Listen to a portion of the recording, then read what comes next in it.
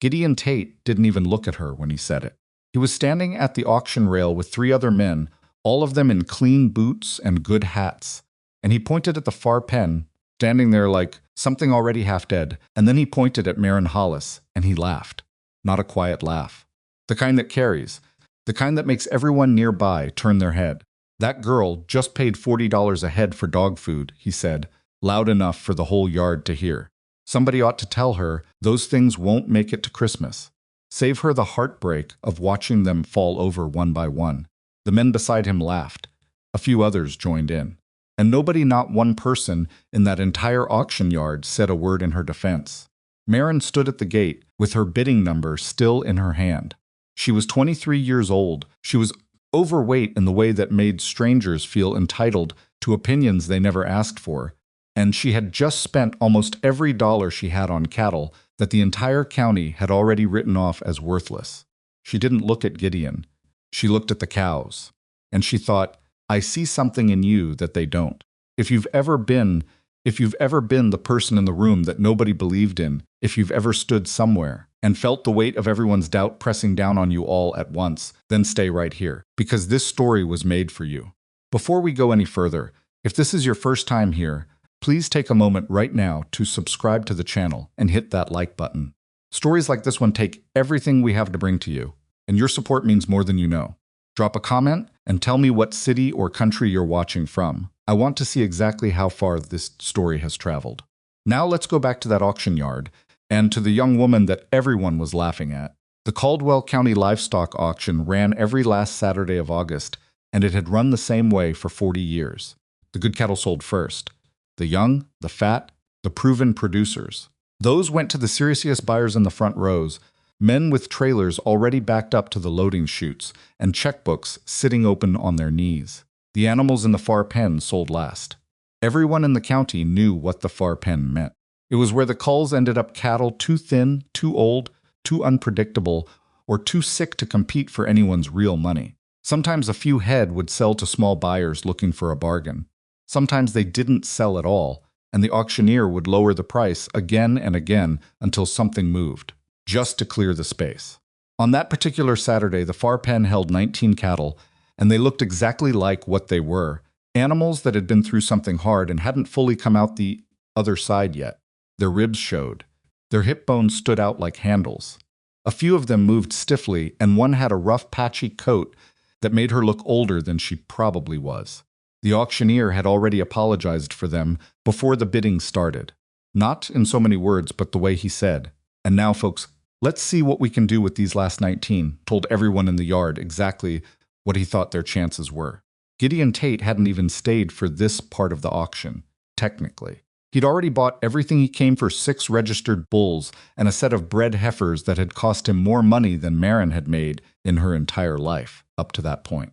He was on his way out when he stopped, because someone in the crowd had raised their bidding number for the whole lot. The whole lot, all 19 at once. People turned to see who it was.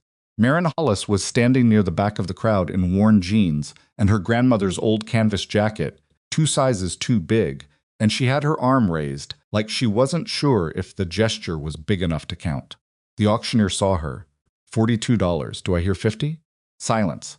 42 going once, more silence. A few people exchanged glances. 42 going twice sold, the auctioneer said, and he sounded almost relieved to be done with it. That was when Gideon Tate laughed. Most of its windows auction had driven to the auction in her grandmother's truck, a 2003 Ford with a trailer hitch that needed replacing and a passenger window that wouldn't go all the way up. She'd a stock trailer from her nearest neighbor, an older man named Purvis Shear, who'd said, without any warmth in it, "Don't damage it." She loaded the 19 cattle herself, with the help of one auction yard employee who looked like he'd rather be anywhere else, and kept checking his phone between passes through the chute. It took almost an hour. 2 of the cows didn't want to load and had to be worked around carefully, and Maren was sweating through her jacket by the time the last gate swung shut. Nobody helped her. Gideon Tate's truck and trailer were already gone. She sat in the driver's seat for a minute before she started the engine. Her hands were on the wheel, and she wasn't moving. Not because she was crying, she wasn't. She was doing the math in her head, the same math she'd been doing for 3 weeks, ever since she'd come back to the farm and walked every acre of it and started reading through the stacks of notebooks her grandfather had left behind. The numbers were tight. Tight the way a fence wire gets tight before it snaps. She had enough to carry these animals through one winter if she was careful, and she had enough pasture. The fields were overgrown and neglected after years of sitting empty. But they were there, and she had the notebooks, and she had the one idea she kept coming back to, the one that felt either very smart or very stupid, depending on what hour of the day it was. She started the truck. Okay, she said to no one in particular, maybe to herself, maybe to the 19 cattle shifting in the trailer behind her. Let's go home. The farm had belonged to her grandmother, and before that to her grandfather, and before that to his father, and the 400 acres sat at the end of a gravel road, off County Road 7, in a part of Caldwell County that didn't see much traffic and didn't invite it either. Her grandmother, Ruth Hollis, had died in April. She'd left the farm to Maren because there was no one else left who might actually want it. Maren's mother had moved to Knoxville 20 years ago and made clear she had no interest in returning, and Ruth's only other living relative was her sister Elspeth, who was 81 years old and lived in a small house on the back corner of the property and couldn't physically manage a farm even if she'd wanted to. Most of its windows were dark. Maren had driven up from Knoxville the week after the funeral, tending to spend a weekend sorting through paperwork and figuring out whether to sell. She'd ended up staying. It wasn't a romantic decision. The farmhouse needed work. The barn roof had soft spots in it. 3 of the pasture fences needed repair before they'd hold anything, and the water lines from the well to the troughs had been leaking for so long that the ground around them had turned into a permanent muddy depression that smelled faintly of sulfur in the heat. But she'd found the notebooks. Her grandfather, Earl Hollis, had kept records the way other men kept religion, with complete dedication and no expectation of an audience. There were 42 notebooks spanning the years from 1961 to 1997, when he died at 73, still farming. They were written in his cramped, careful hand, and they covered everything: rainfall by month, grass height by field, cattle weights over time, the exact dates he moved each herd from one pasture to the next, what he observed in the soil after a dry summer, how long it took a field to recover after heavy grazing, which cattle got sick and which ones didn't, and why he thought so. Maren had sat on the kitchen floor surrounded by those notebooks for 3 days straight, eating crackers and drinking coffee and reading. She'd called her job. She'd been working the front desk at a physical therapy clinic in Knoxville and told them she needed another week. Then she'd called back and quit entirely. The thing that kept stopping her over and over was one phrase that her grandfather used in almost every notebook, going back to the very first one. It appeared the way a refrain appears in a song, sometimes at the end of an observation, sometimes right in the middle of one, like he was reminding himself of something fundamental. The ground remembers. She'd asked Elspeth about it. Her great-aunt had a way of sitting very still when she was thinking, like a cat in a sunny window, and she'd sat that way for a long moment before she answered. Your grandfather believed that the land holds what you've put into it, Elspeth said, good or bad. He said you could ruin a piece of ground in 5 years, and it would take 30 to recover, but it would recover if you gave it what it needed. He spent his whole life figuring out what that was. What did he figure out? Elspeth had looked at her with something that wasn't quite a smile. He figured out that the land doesn't need much. It mostly needs people to stop making demands and start paying attention. The cattle loaded off the trailer in the dark. At 9:30 that evening, stumbling down the ramp and fanning out across the holding pen, Maren had spent 2 days repairing. She stood at the gate with a flashlight and counted them as they passed. 19. All 19. She stood there for a while after the last one moved off into the dark, watching them move around the pen, smelling it, adjusting. They were quiet, which surprised her. She'd expected more noise from animals that stressed. They're tired, said a voice behind her. She turned. Elspeth was standing a few feet away in a housecoat and rubber boots, holding a mug of something hot. She'd walked up from her house at the back of the property, a quarter mile in the dark, because that was the kind of woman she was. They'll be less tired tomorrow, Maren said. That's generally how it works. Elspeth stepped up to the fence beside her and looked at the cattle. They're thin, yes. People will talk. People already talked. At the auction, Elspeth made a small sound that might have been acknowledgement or might have been something less charitable. Gideon Tate was there? He was. What did he say? Maren considered how to answer. He said they'd be dead by Christmas. Elspeth was quiet for a moment. Then she said, "Your grandfather bought 12 cattle from the same kind of pen the year he started this farm. Everyone said the same thing about him." Maren looked at her. "You never told me that. You never asked." In the days that followed, Maren established a routine that started at 5:30 in the morning and rarely ended before dark. She checked each animal individually every morning: temperature, breathing, movement, the condition of their eyes, and their coat. She'd gotten a used copy of a cattle health manual from the county library and read it cover to cover twice.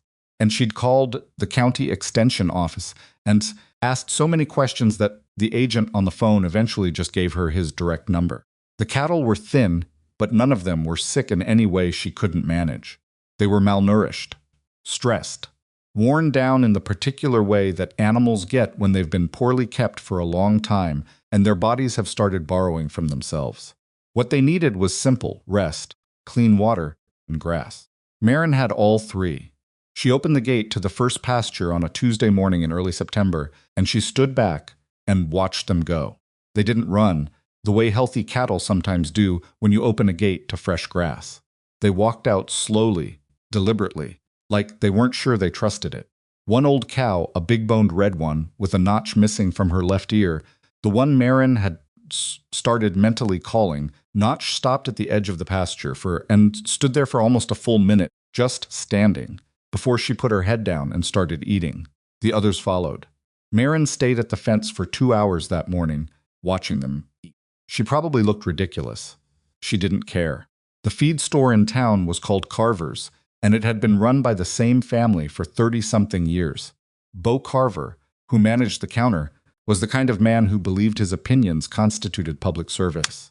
He was not unkind, exactly. He wouldn't have said so, and he would have been surprised if you'd suggested it, but he had the comfortable habit of people who've lived in small communities their whole lives, of knowing everyone's business and commenting on it freely. The first time Maren came in for a mineral block and a bag of kelp meal, Bo looked up from the counter with the particular expression of a man who has already heard something amusing. "Well," he said, "how are those rabbits of yours doing?" The two men at the counter laughed. Maren picked up the mineral block. "The rabbits are doing well," she said. "Thanks for asking." She paid in cash, loaded her purchases into the truck, and drove home without letting her face do anything she'd have to be embarrassed about later. She told herself it didn't sting. She told herself that almost every night for a month. It stung. October arrived with a crispness that made the mornings smell like iron, and Maren began the pasture rotation her grandfather had described in careful detail across 9 different notebooks. The basic principle was not complicated: move the cattle before the grass is eaten down too far. Give each field enough time to recover before anything grazes it again. But the timing required constant attention and judgment calls that no amount of reading could fully prepare you for. She made mistakes. She left the cattle in the east field 2 days too long in early October and had to watch the grass come back slower than she'd wanted. She moved them to the creekside field too early and missed the optimal window on the north pasture. She was learning in real time. With 19 animals, whose well-being depended on her getting it right, and there were nights when she lay in bed and ran through every decision she'd made that day and wondered how many of them had been wrong. But the cattle were changing. She weighed them with a borrowed cattle scale on the 1st of October, on the 1st of December, and again on the 1st of November. And the numbers told a story that made her stand in the field for a while with the notebook open and just breathe. They were gaining weight, all of them. Not dramatically, not the kind of gains you'd see with grain supplementation, but steadily, consistently, in the way that suggests an animal is genuinely thriving, rather than just temporarily responding to better conditions. Their coats were changing too. What had been rough and patchy was smoothing out. Notch, the old red cow, looked like a different animal than the one who'd stepped off the trailer 8 weeks earlier.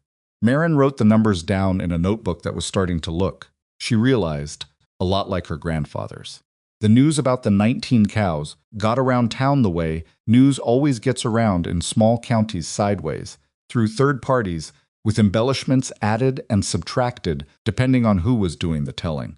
What Maren heard secondhand through Elspeth, who heard it from the woman who cut her hair, who heard it from someone at the gas station, was that Gideon Tate had asked about her at the auction barn, not in a friendly way, more in the way of checking to make sure a prediction was coming true. He'd apparently said something to the effect that those animals would be gone before the new year, and that he felt sorry for the Hollis girl because she clearly didn't know the difference between a hard case and a hopeless one. Maren read this report while eating a bowl of soup at the kitchen table, and she felt something move through her that was complicated enough that she didn't try to name it. She thought about her grandfather's notebooks, about all the winters described in those cramped pages, all the decisions made in the cold, all the times the ground had looked dead and come back green. She thought about Notch, standing at the edge of the pasture that first morning, still and uncertain before she put her head down. I see something in you that they don't. She put the soup bowl in the sink and went back out to check the evening water. The cold hit in December with no particular warning, the way real cold rarely bothers announcing itself. The temperature dropped 14 degrees in a single afternoon, and Maren spent the next 6 hours hauling hay and breaking ice from the water troughs every 3 hours through the night. She didn't sleep. She checked each animal in the pre-dawn dark, moving the flashlight beam across each face, looking for the signs she'd memorized from the health manual and from her own 2 months of observation: eye condition, respiration, posture, willingness to move. She talked to them while she worked, not in the cooing way some people talk to animals, but steadily, practically, the way you talk to someone you're working alongside. "You're okay," she told Notch, who was standing close to the other cattle for warmth, but looked alert and steady. "You're doing fine." By January, the county had fully decided that Maren Hollis's cattle experiment was either going to fail spectacularly or amount to nothing, and either outcome would satisfy the same collective need for the story to resolve in a way that made sense. People liked it when the world confirmed what they already believed. The cattle did not cooperate with this expectation. February came and went.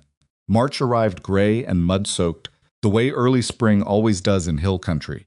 And one morning in the second week of March, Maren opened the barn door and found Notch standing over a wet, blinking calf that had been born sometime in the night.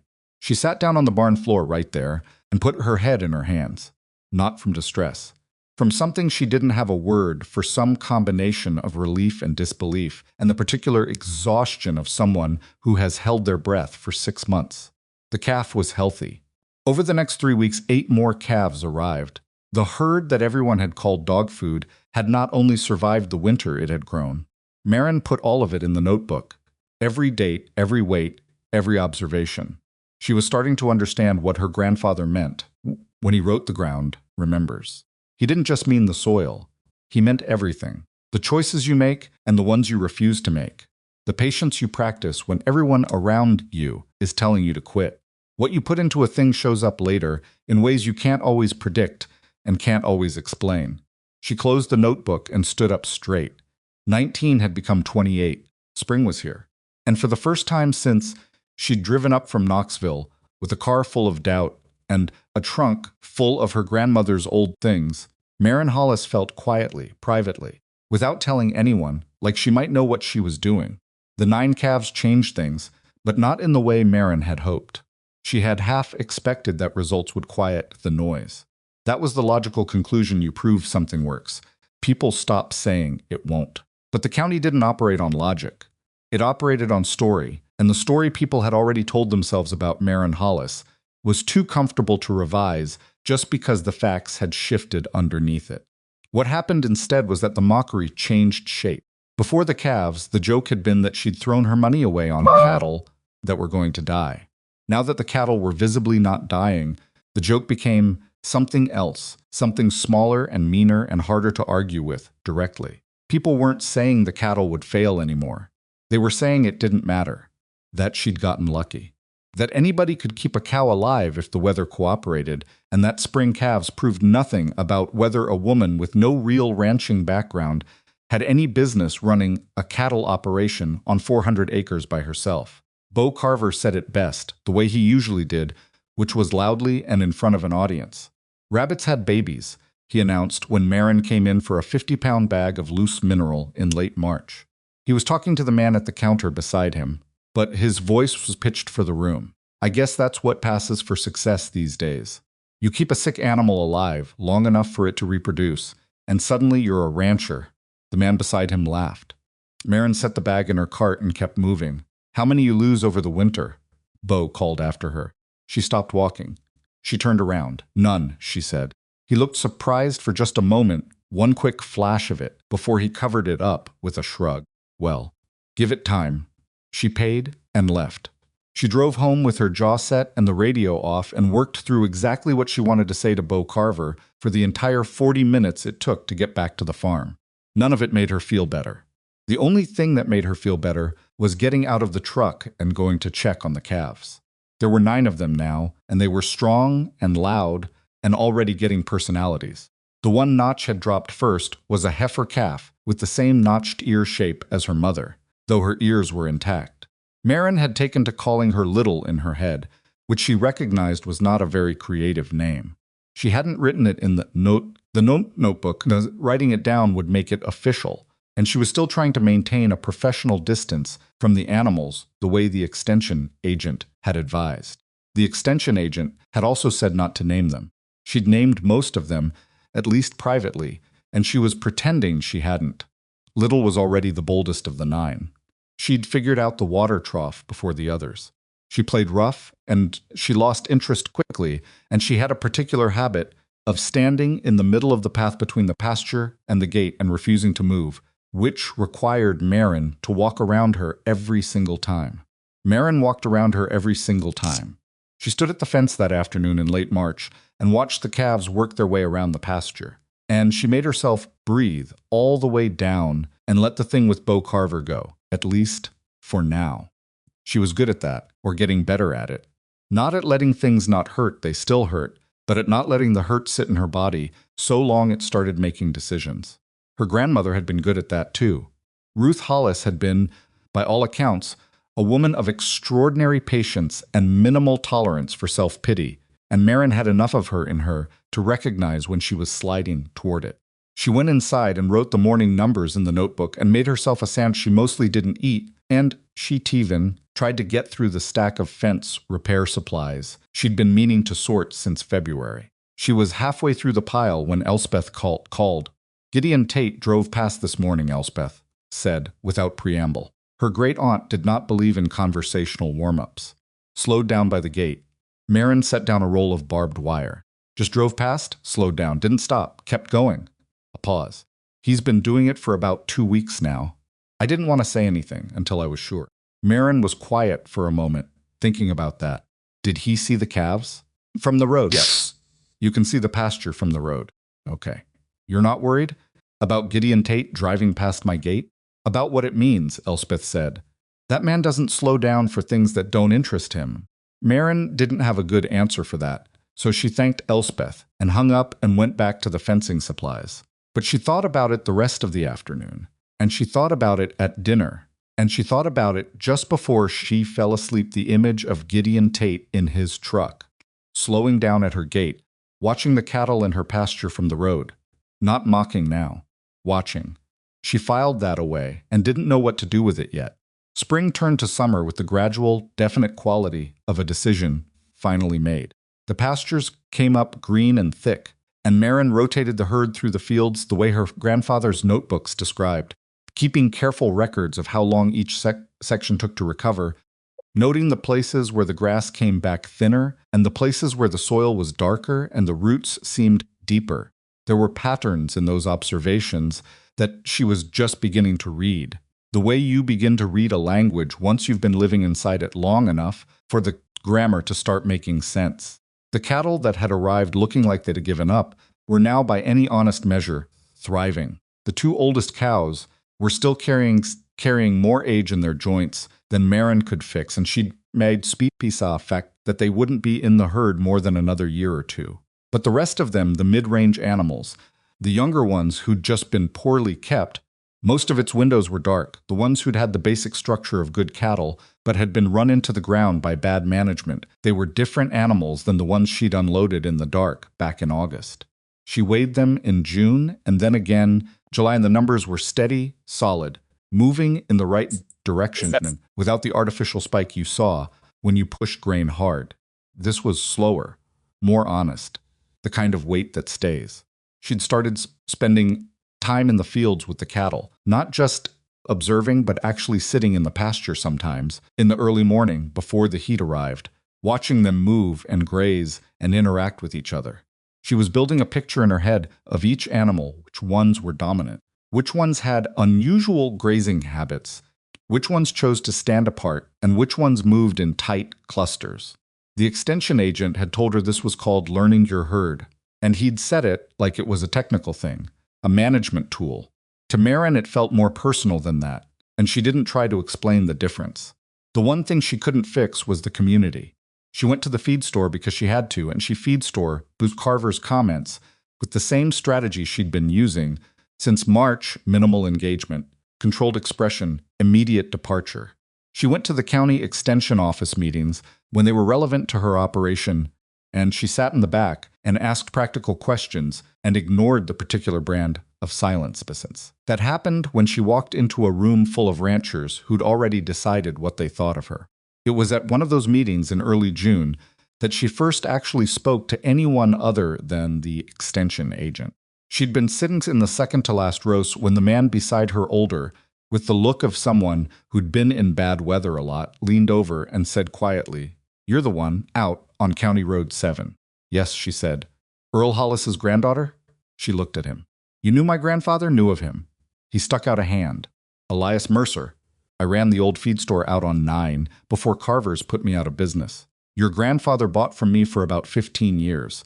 He settled back in his chair. He talked about the land the way other men talk about family. Made me nervous at the time. Now I think he was right." Maren looked at this man, the weathered face, the careful eyes, and felt something loosen slightly in her chest. What did he say about it? Said the county was spending itself into exhaustion. Said people were pushing the land the same way they pushed their cattle, too hard, too fast. No rest, no recovery. And they couldn't see it because everyone else was doing the same thing. Elias glanced at the front of the room where the meeting was getting started.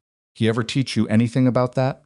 "He left notebooks," Maren said. "I've been reading them." Elias looked at her for a moment, with an expression she couldn't quite categorize. Then the meeting started, and they both turned to face the front, and they didn't speak again that evening. But as she was leaving, he pressed a business card into her hand. His name and a phone number, handwritten on the back of a card from the old store that was apparently still in circulation. "If you need someone to look at your soil sometime," he said. "I'm not doing much these days." She kept the card. That was June. July brought heat and the first real test of the summer. The county ran dry in late July the way it sometimes did, not dramatically, but insistently, a 3-week stretch with no meaningful rain. Temperatures sitting in the low 90s, the kind of heat that makes the air above a field look like it's breathing. Other ranchers started feeding hay early, pulling from winter supplies to supplement pasture that was going thin. A few people sold cattle rather than feed them through the dry stretch. Maren watched her pastures and waited. The grass in the field she'd rested longest was still holding. The roots of its windows were dark. The roots were deeper than she'd expected. She'd dug test holes in 3 different spheres back in April, following a method her grandfather had described in careful detail, and she'd measured the root depth and taken notes. The fields that had been rested under the rotation system had root systems that went 18, 20, 22 inches down. The fields she hadn't gotten to yet, the ones she was still rebuilding, were shallower. She could see the difference in how the grass responded to the dry stretch. She did not touch her hay supply. She rotated more carefully than usual, watching the grass height in each field every single day and making the call to move earlier than she might have in a wetter stretch. It required more attention, more walking, more decisions per week than she'd been making before. She was tired in a way that had layers to it. The physical tiredness was on top, and under it was something more like the tiredness of sustained concentration, of having to stay sharp, when it would be easier to follow a habit, instead of reading what was actually in front of her. The cattle never went without forage. Not once. Purvis Shear, the neighbor, who'd lent her the stock trailer back in August with the specific instruction not to damage it, stopped his truck at the fence one afternoon in the third week of the dry stretch and looked at her pasture for a long time without saying anything. Then he looked at the field visible from the road on his own property, which was brown and cropped close to the ground, and then he looked back at Maren's. "What are you doing different?" he said. It wasn't quite a question. "Rotating," Maren said, "and resting." He made a sound that was hard to interpret. Earl used to do something like that. "I know, I got it from his notebooks." Purvis was quiet another moment, then he said, "My back 40 is in bad shape.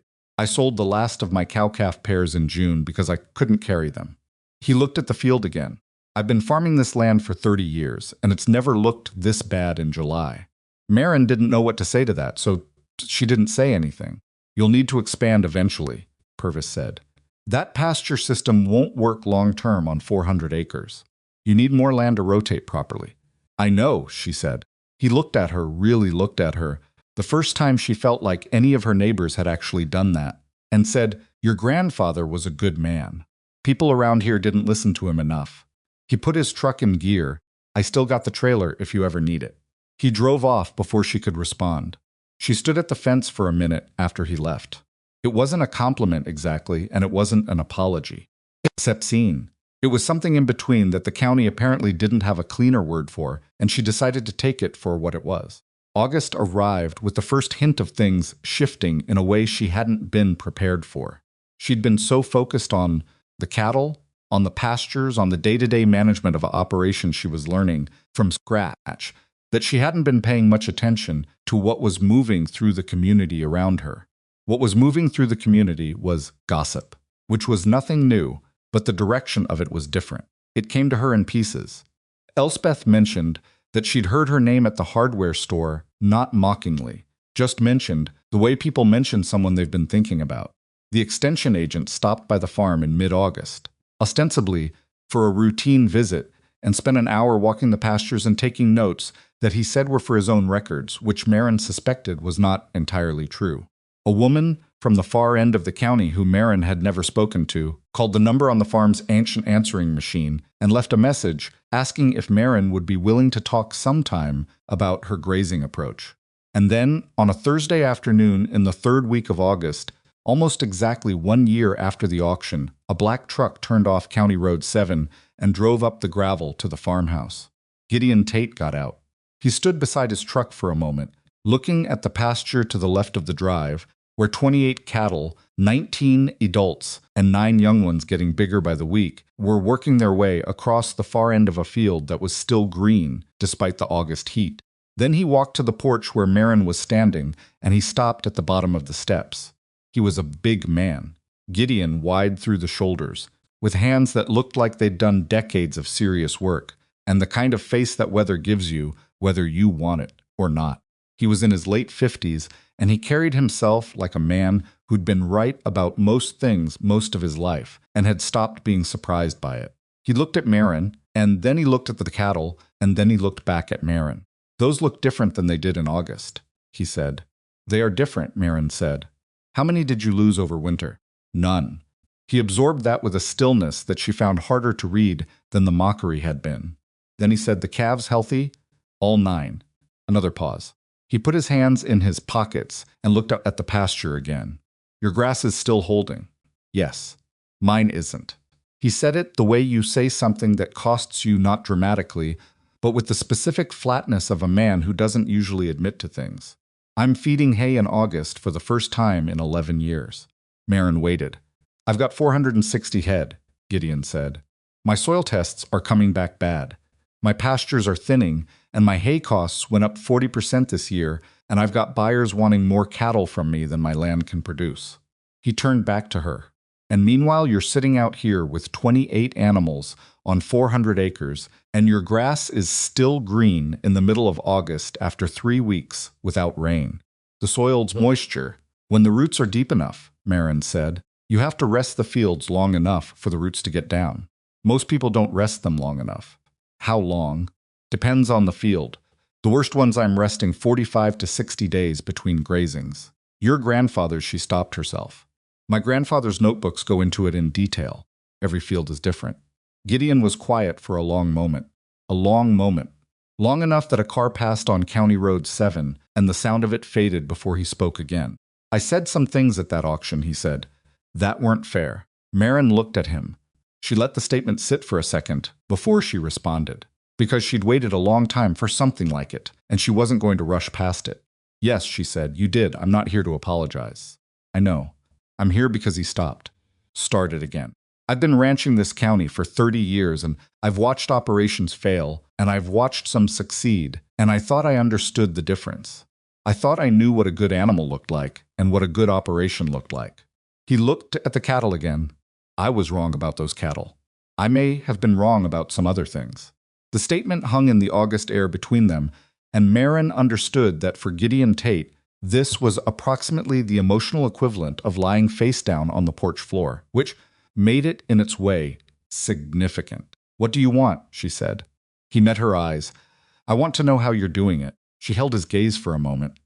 She thought about that first morning at the auction, the laugh, the comment about dog food, the way it had carried across the whole yard. She thought about the months of driving to Carver's and back with her jaw set. She thought about December and the 14-degree drop and the nights of ice breaking and no sleep. She thought about her grandfather, writing in those notebooks for 36 years and never once explaining his methods to the county because the county hadn't asked. Come back Saturday, she said. I'll walk the pastures with you. He nodded once, the way men like him nodded when they'd decided something not grateful, not warm, just confirmed, and he walked back to his truck. She watched him drive down the gravel and turn onto County Road 7 and disappear. Then she sat down on the porch steps and pressed her palms flat against the wood and let herself be still for a minute. The cattle were moving along the far fence in the evening light. Notch was up front, the way she usually was, setting the pace without appearing to. Little was of its middle of the group, already tall for her age, already starting to look like her mother. Maren had not won anything yet. She knew that. One visit from Gideon Tate was not vindication, and his curiosity was not the same thing as the county changing its mind, and the summer's results were not a guarantee of what the fall would bring, or the next winter, or the year after that. But something had shifted. She could feel it the way you feel a change in pressure before a storm, not the storm itself, just the signal that something is coming. She went inside and wrote the day's notes in the notebook. Under the date, she wrote, G. Tate came to the farm, coming back Saturday. The ground remembers.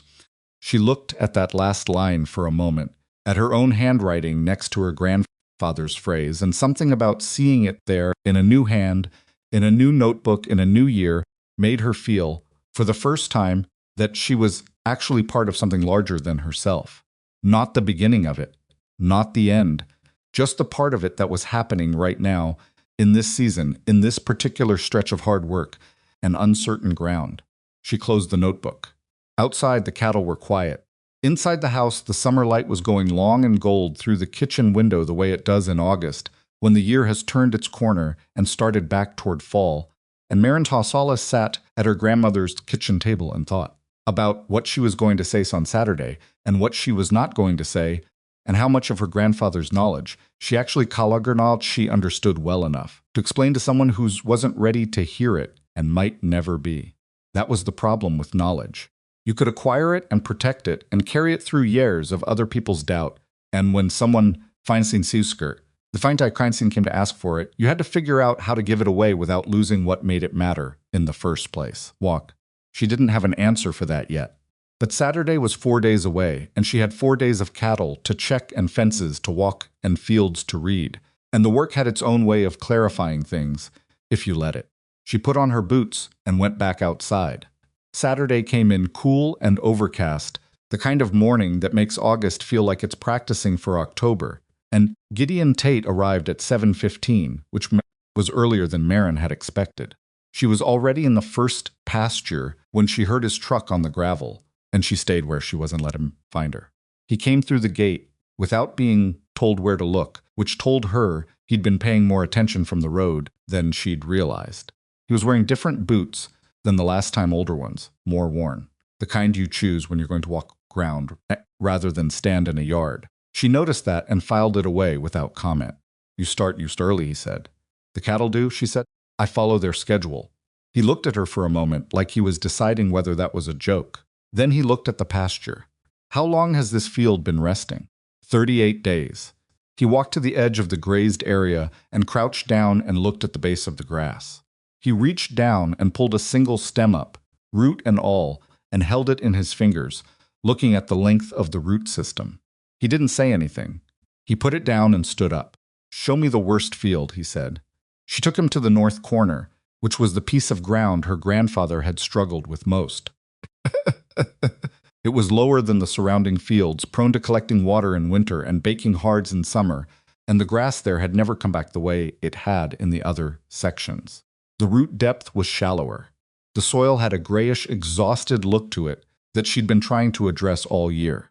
Gideon walked into the middle of it and stood there with his hands on his hips and looked around. "What happened here?" "I don't know." "Exactly. My grandfather's notebooks have notes on this field going back to the 60s. He had trouble with it his whole time on the property. My best guess is it was overgrazed before he got to it and never fully recovered." She paused. "I've been resting it longer than any of the other fields. 60 days minimum between grazings. Very short contact time when the cattle are on it." "You're seeing improvement?" "Slowly." She pulled up a stem the way he had in the first field and showed him the root. Shorter, thinner. But the soil test came back better in June than it did in February. Not dramatically, but better. She put the stem down. "My grandfather wrote that this field needed 20 years. I've been here 14 months. Gideon absorbed this with the same careful stillness he'd shown on her porch Thursday. She was beginning to understand that this was how he processed information, not quickly, not with visible reaction, just with a sustained quiet attention that was easy to mistake for disinterest. They walked 7 of the 9 pastures that morning. Gideon asked questions that were specific and technical, and Maren answered them as precisely as she could, and when she didn't know something, she said so, rather than guessing. He didn't seem to expect her to know everything. He seemed to expect her to know what she claimed, to know and be honest about the rest, and she thought she passed that particular test adequately enough. It was in the 5th field, the one she called the creek field, even though the creek itself was mostly dry by this time of year, that she showed him the soil profile she'd dug back in spring. She'd left a wooden stake at the spot, and she'd brought a folding shovel, and she dug down alongside the stake while Gideon watched. At 14 inches, the soil color changed from the lighter, drier topsoil into a darker layer, dense with organic material, and threaded through with roots so fine they looked almost like hair. Gideon crouched down and put his fingers into it. He rubbed the soil between his fingers and looked at it. Then he smelled it.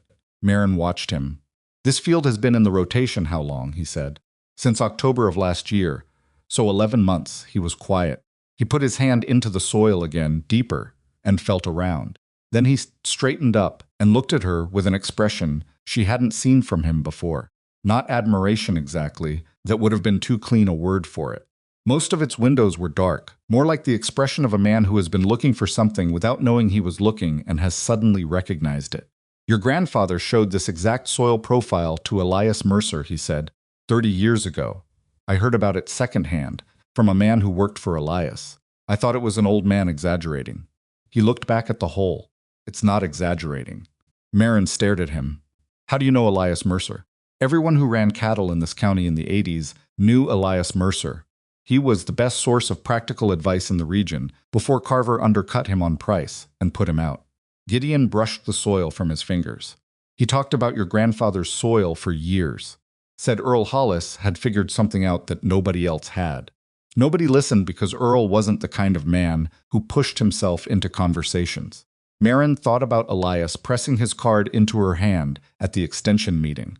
His name and a phone number, handwritten on the back of an old card. If you need someone to look at your soil sometime. She had not called him. She had meant to. She had not. "I should call Elias," she said more to herself than to Gideon. "You should," Gideon said. "He's been waiting for someone to pick up where your grandfather left off. He just hasn't said so, because it's not the kind of thing you say out loud in this county." She drove home that afternoon, with the weight of that sitting in her chest not unpleasantly, but solidly, like something that needed to be looked at directly. She'd been so focused on the cattle and the pastures and the basic mechanics of keeping the operation running that she hadn't thought much about what she was actually in the middle of. She thought of herself as someone trying to prove a point, trying to survive, trying to honor something her grandfather had built and left behind.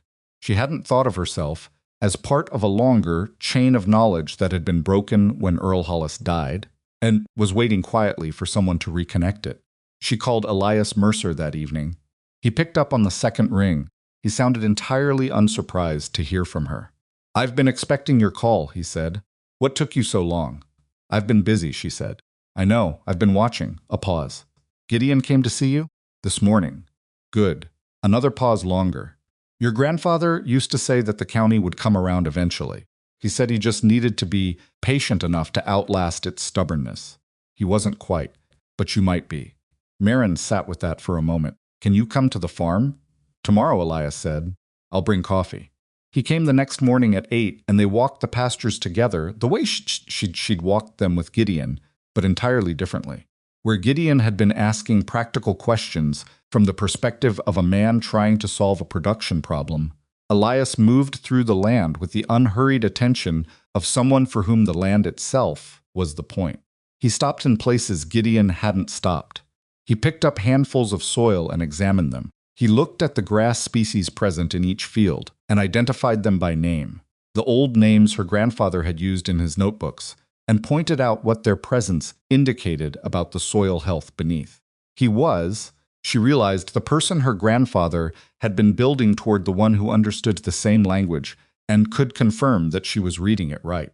In the creek field, when she showed him the soil profile, he stood there for a long time with his hands in his pockets and his eyes on the dark layer exposed in the wall of the hole. Then he said very quietly, "Earl dug me a hole almost exactly like this one, on this property. I'd say it was 1,987, maybe 1,988. We were standing about 30 feet from here, if I remember right." He looked up at her. He said the ground was starting to remember. "I didn't entirely understand what he meant." "Do you understand now?" Maren said. "Yes," he said. "I think I do." They spent 3 hours walking the property, and when they were done, Elias sat at her grandmother's kitchen table and drank the coffee he'd brought, and looked at 2 of the notebooks spread open on the table and said almost nothing for 20 minutes. Then he said, "You've been following these instructions very faithfully. I've been trying to." There are a few things here that he was still working out. Experiments he was running that never resolved. He had a theory about the creeks field that I don't think he ever tested fully. He turned a notebook page carefully, the way you handle something old and irreplaceable. He might have been wrong about the timing on the restoration sequence. There's a version where you'd get better results in the north corner. Bye. He stopped. "Can I borrow these?" "No," Maren said. He looked up. "I'll make you copies," she said. "But the originals don't leave." He held her gaze for a moment and then nodded.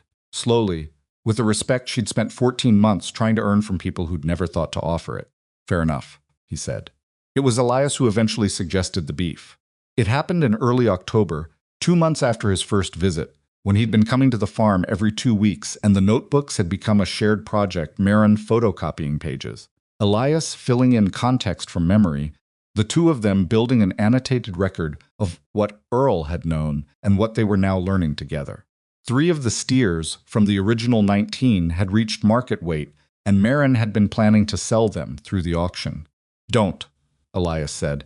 He was sitting at the table with a cup of coffee and a notebook open in front of him, and he said it so flatly that Maren stopped what she was doing. "Don't sell them at auction? They're not auction animals. What those animals have been eating, the way they've been raised, you'll get conventional prices at auction for something that isn't conventional." He closed the notebook. "Do you know what grass-fed beef is selling for right now, at the specialty level?" She didn't, exactly, he told her. She sat down. "That's not," she stopped. "Those are the retail prices. I'd be selling wholesale. Wholesale is still 3 times what you'd get at auction, and you'd be building a relationship with a buyer, instead of a transaction at a sale barn." Elias picked up his coffee. "Your grandfather never got to this point. He never had cattle finished well enough to sell at a premium because he never had the pastures healthy enough. You do, or you're close." Maren thought about the 3 steers. She'd been watching them all year. They were good animals, the best of the original 19, in terms of structural quality, and they'd come along exactly as she'd hoped. Their condition was outstanding. Their temperament was steady. Most of its windows were dark. They'd spent their entire time on the farm on grass alone, moving through the rotated pastures with the rest of the herd, and the difference between them and grain-finished cattle was visible in the condition of their coat, the quality of their muscle, even the way they moved. "Who would I even sell to?" she said. "Start close," Elias said. "Someone who already understands what they're buying." He was quiet for a moment.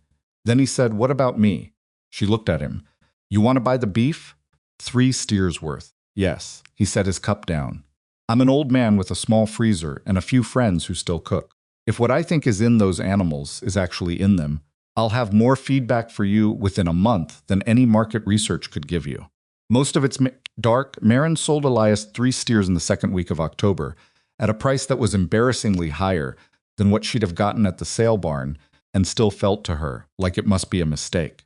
The processing was done at a small facility 30 miles west that she'd researched carefully, a family-run operation that handled custom beef for local ranchers and had a waiting list she'd gotten onto in August. The animals were handled well. The meat came back cut and wrapped and labeled in white paper, and she drove it to Elias's house in 2 coolers and sat in his driveway for a moment before she knocked. He invited her to dinner. That same evening, said his wife had been waiting for this, since he'd first mentioned it, and Maren sat at a kitchen table that smelled like 50 years of good cooking and ate a piece of beef that stopped her mid-sentence. She put her fork down. Elias's wife, a small woman named Dorothy, who had opinions about everything and didn't bother softening most of them, looked at Maren and said, "Well, it's different," Maren said. "Different how?" She tried to put it into words and found she couldn't. Not precisely. The meat was richer than what she was used to, but not in a heavy way. It was more like the flavor had more depth to it, more layers. The way some things taste when they've been grown slowly rather than fast. The fat, where there was fat, tasted almost grassy in a way she would have expected to be unpleasant and found instead was the best part. "It tastes like the land," she said, and then felt slightly embarrassed by how that sounded. Dorothy looked at her husband. "That's what Earl Hollis used to say." The room went quiet in the particular way rooms do when something important has been confirmed. Maren looked at Elias. He was looking at his plate with an expression she recognized now, the same one he'd had in the creek field, looking at the exposed soil profile. The expression of a man who has been waiting a long time to see something and is finally seeing it.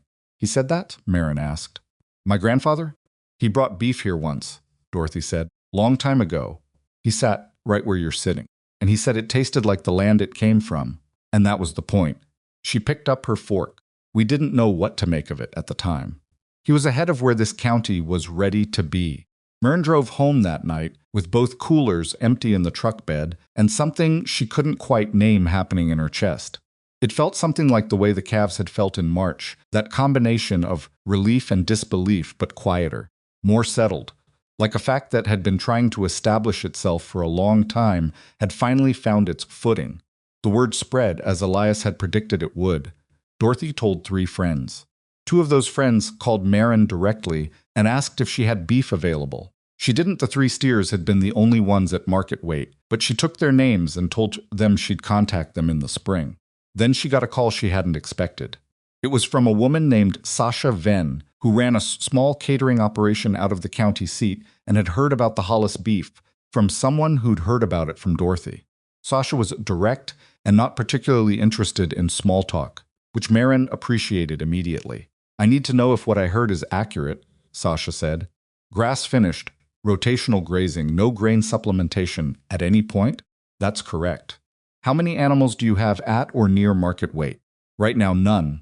Spring, potentially 4. By fall of next year, possibly 8 to 10. A pause.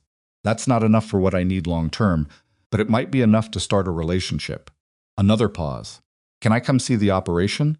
Sasha came on a Friday, driving a clean sedan that looked out of place on the gravel road, and she walked the pastures with Maren in a light rain without once complaining about the mud or the weather, which Maren took as a good sign. She asked different questions than Gideon or Elias. She was thinking about consistency, about flavor profiles, about what she could tell customers and stand behind, and Maren answered them as specifically as she could. At the end of the walk, standing at the gate with both of them wet and Sasha's sedan spattered to the door handles, Sasha said, "I want everything you can responsibly supply, starting in the spring. The price will be premium," Maren said. "I understand that, and I won't rush the animals. They're ready when they're ready. I'd rather have 4 animals raised right than 12 animals rushed," Sasha said. "That's the whole point." After she left, Maren stood in the rain for a few minutes at the gate, which she recognized was a little dramatic.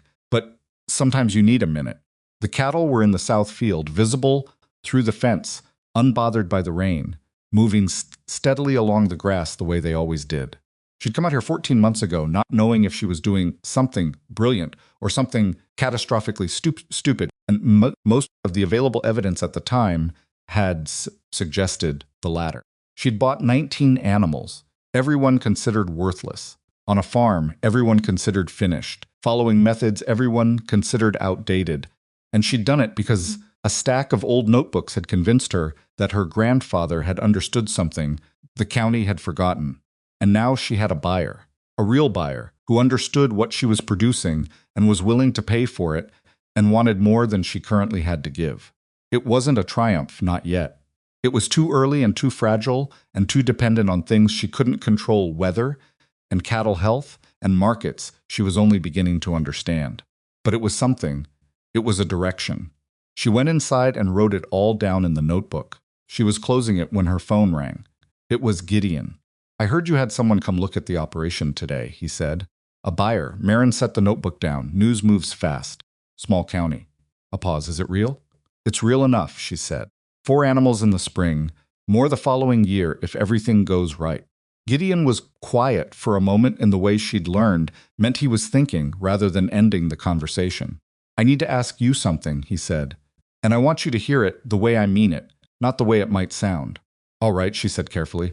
"My operation is too big to convert overnight. You know that. I've got 460 head enchures that are in worse shape than I'd realized, and a management system I've been running on autopilot for 20 years. He paused. "But I've been reading. Reading what? Books. Papers. Some of what Elias pointed me to." Another pause. "Some of what you said that Saturday. I had things written down. I went back to them." The admission landed quietly in the conversation. Maren let it sit there.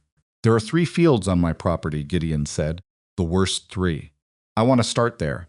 I want to put them in an extended rest the way you explained and see if I can rebuild the soil profile before I lose those fields entirely." He stopped. "I'm telling you because I want to know if you think it'll work. Not because I need your permission, but because you're the one in this county who actually knows." Maren was quiet for a long moment. She thought about the north corner of her own property, the field her grandfather had struggled with his whole life, the one that was still coming back, slowly after 14 months of careful management. She thought about what she actually knew versus what she believed, and how important the distinction between those two things was when someone was going to make decisions based on your answer. "I think it can work," she said, "but it's slow and it doesn't look like progress for a long time. You'll have less usable pasture while those fields are resting, which means you'll either need to reduce your herd or buy hay or both. And it has to be a real rest, no light grazing, no shortcuts. The land needs the full time." "I understand, do you?" she said, and she meant it as a genuine question, not a challenge. He was quiet then. "No, probably not yet, but I'll figure it out." "That's honest," she said. "Come by Saturday. I'll show you how I track the recovery in the north corner. It'll give you something to measure against." After she hung up, she sat with the phone in her hand for a while, not looking at anything in particular, just sitting. Something was happening around her that she hadn't planned and couldn't have predicted. A slow shift, like a field coming back to life. Not dramatic, not sudden, but real. Real in the way that slow things are real, which is more permanently than fast things usually manage. Her grandfather had been working toward this his whole life. He'd worked toward it quietly, without allies, without the satisfaction of seeing it take hold. He'd written 42 notebooks of observations and left them in a kitchen because there was no one ready to receive them while he was alive. She was starting to understand what it cost a person to do work that wouldn't be recognized in their own time. And she was starting to understand that understanding it wasn't enough. You had to decide whether you were going to do it anyway. She opened the notebook again and added one more line before she went out for the evening check. North corner is turning. Can't see it yet, but I can feel it in the soil. Then she pulled on her boots and went out into the October dark, and the cattle moved steady and quiet in the field, and somewhere in the far corner of the property, the land was doing its slow, invisible work, the kind that doesn't announce itself, the kind that you have to be paying attention to notice at all, the kind her grandfather had given his whole life to understanding. She checked every animal, all 28, one by one the way she did every night. Then she stood at the fence for a moment and looked out at the dark field and thought about spring, about 4 animals ready for market, about Sasha Venn and Elias Mercer and Gideon Tate, and all the various ways the world was turning around her in directions she hadn't anticipated. Then she went inside and made dinner and went to bed. Tomorrow there were fences to walk and soil tests to read, and a dozen decisions to make before noon. The ground was working. She needed to keep up. The Saturday sessions with Gideon became a regular thing, though neither of them named it that or made any formal arrangement. He simply showed up, and Maren was in the field, and they walked and talked and disagreed on specific points with the careful precision of 2 people who respected each other's knowledge, enough to argue about it honestly. He was not an easy student. That was the wrong word for it.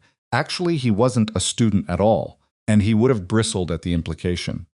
He was a man with 30 years of his own experience trying to hold a conversation with methods that contradicted much of what that experience had taught him. And the friction was visible and real, and occasionally frustrating for both of them. He'd push back on something Maren said, citing results from his own operation, and she'd have to decide whether she was looking at a genuine exception to what her grandfather's notebooks described, or whether Gideon was rationalizing something that hadn't actually worked, as well as he remembered it. Mostly it was the latter, but she was careful about how she said so. "You're very diplomatic for someone who thinks I've been wrong about most of this," he said one Saturday in November, standing in the north corner field that was still the stubbornest piece of ground on the property. "I don't think you've been wrong about most of it," she said. "I think you've been managing the land the way everyone else was managing it, and the problem is that everyone was wrong together, which makes it hard to see." He looked at her. "That's the diplomatic version of what I said." "Yes," she agreed. He made a sound that might have been a laugh. It was hard to tell with Gideon, but something in the dynamic between them had shifted over the past months. The early wariness had worn down into something more functional, a working relationship built on the shared observation of actual ground, rather than on opinions about each other. It was Gideon who first mentioned the teaching question.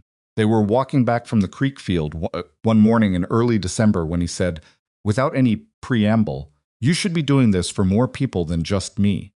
Maren looked at him. "Doing what?" "This." He gestured vaguely at the pasture around them. "Explaining the system. Showing what the soil profile looks like in a restored field versus a depleted one. Walking ranchers through the rotation logic." He put his hands in his jacket pockets. "I've got 4 neighbors who are in trouble. Their operations are failing in slow motion, and they don't know why, or they think they know why, and they're wrong. I can send them your way, but that's informal. What I'm saying is you could be doing this systematically." Maren thought about this. "I'm one person," she said. "I've got 28 cattle and 400 acres and a production agreement I'm trying to scale up carefully. I don't have time to run a consulting practice." "You don't have to consult. You just have to talk." He said it simply, like it wasn't complicated. "There's a difference between a formal program and people coming to look at what you're doing and going home and trying it. Your grandfather never charged anyone anything. He just showed people what he found and let them decide. And no one listened to him," Maren said. "That's changing," Gideon said. She didn't argue with him. She'd felt it herself, the shift in the county. Slow and not uniform, but real. The woman from the far end of the county who'd called in August had come to the farm twice now. Purvis Shear had been asking questions over the fence with increasing specificity. Even Bo Carver at the feed store had stopped making comments about the rabbits, which in the particular social calculus of Caldwell County amounted to a substantial concession. But talking about it and actually organizing it were 2 different things, and Maren was already stretched as far as one person could stretch without something tearing. She told Gideon she'd think about it. He nodded like he'd already known she'd say that and wasn't particularly concerned. He had a way of waiting for things that she was still getting used to. He moved fast in some ways and slow in others, and the difference seemed to depend on whether he thought urgency would help. December passed, and January arrived with a mean, determined cold that made the previous winter look like a rehearsal. The temperature dropped and stayed there, a sustained freeze that locked the ground and coated the water troughs in ice, 2 inches thick by morning. Maren was breaking ice and hauling hay before the sun was fully up, and doing the same thing again after dark. And somewhere in the middle of the second week of it, she got a cough she couldn't shake that turned into a chest infection that the county clinic's nurse practitioner treated with antibiotics and a look that suggested she was not being smart about her own body. She kept working. She reduced her pace and added an extra layer and took the antibiotics on schedule and kept working, because there was no one to do it for her, and the cattle did not care that she was sick. Elspeth brought soup twice a week and did not comment on the fact that Maren looked terrible, which was the most useful form of support available. On the 4th Saturday of January, Gideon showed up and found Maren in the barn, repairing a section of water line that had cracked in the freeze, lying on her side in the mud under the trough, with a pipe wrench and a flashlight. He crouched down and looked at the situation without saying anything for a moment. Then he took off his jacket, laid it on the ground beside the trough, and lay down on the other side of the pipe. "Hand me the wrench," he said. "I've got it," she said. "I know you've got it. Hand me the wrench." She handed him the wrench. He fixed the pipe in about 10 minutes. He'd done it before, clearly, many times, and they both got up, and Maren was cold enough and tired enough that she didn't say anything about it, just handed him his jacket back and said, "Thank you." "You're sick," he said. "I'm fine, you're not fine. You look like something the field rejected." He said it without cruelty, just observation. "Do you have anyone who can come help for a few days?" "No. That's a problem." "I know," she said. He came back the next morning with his hired man, a quiet, competent young man named Roy, who knew cattle and didn't ask unnecessary questions, and Roy spent 3 days doing the morning checks and the ice breaking while Maren slept for longer stretches, and the antibiotics finally got ahead of the infection.